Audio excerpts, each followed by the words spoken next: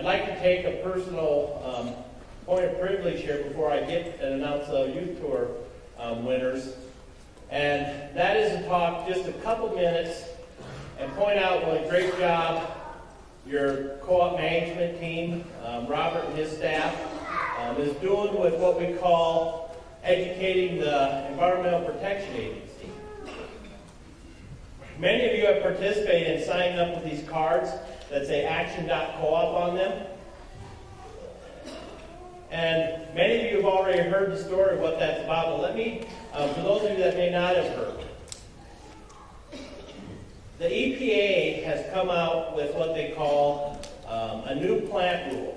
And it's all the environmental conditions that if you build a new power plant in this country, that you have to adhere to.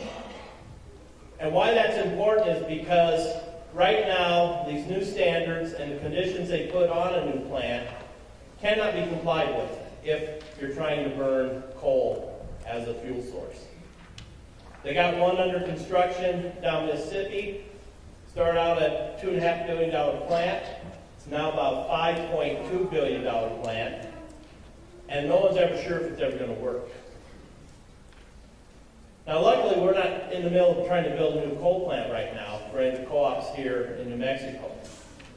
But in June of this year, they're going to be coming out with what they call the existing plant rule.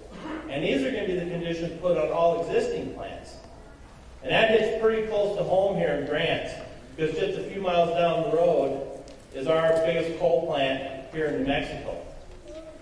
And what we want to do with these postcards that are being sent out is educate the EPA on how important it is, number one, to do an all of the above energy strategy. And that means you don't take any fuel source off the table, whether it's wind or solar, natural gas, coal, biomass, nuclear. To have a broad portfolio, you have to have them all in the mix. And our concern is that the new rules for existing plants is going to look a lot like the rule for new plants. So I just want to say to Robert and staff and the leadership from the board, what a great job they've done in engaging you as the membership.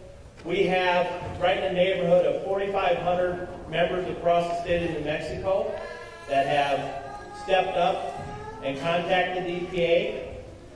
And I believe 2/3 of the people in New Mexico that have done that come from the Continental Divide Electric Co-op. That is really outstanding. Keep up the great work.